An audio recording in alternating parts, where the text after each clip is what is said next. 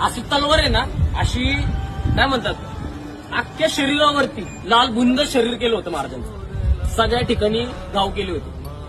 महाराजांचे नाक कापलं होतं, महाराजांची कान कापले होते, महाराजांच्या डोळ्यात तप्त साळ्या घातल्या होत्या.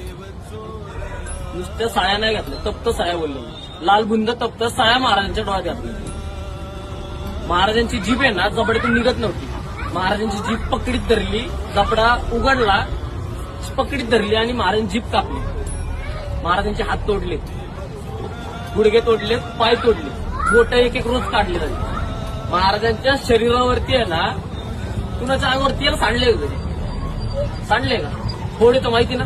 महाराजांच्या शरीरावरती आहे ना उकळलेलं तेल, उकळलेलं पाणी टाकलं गेलं आणि रोज आहे ना ते कातडं सोडलं जात होतं. म्हणजे एवढे हाल आपल्यासाठी सहन केले त्या राजाने. ते बलिदान आहे ना कधीच विसरायचं नाही.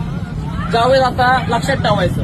पुन्हा आता एवढं, आता तुम्ही इथे येत आहे तर आता असं करता तुम्ही, तर ते सांगतीलच तुम्हाला त्यावेळेस बलिदान मास आलाय.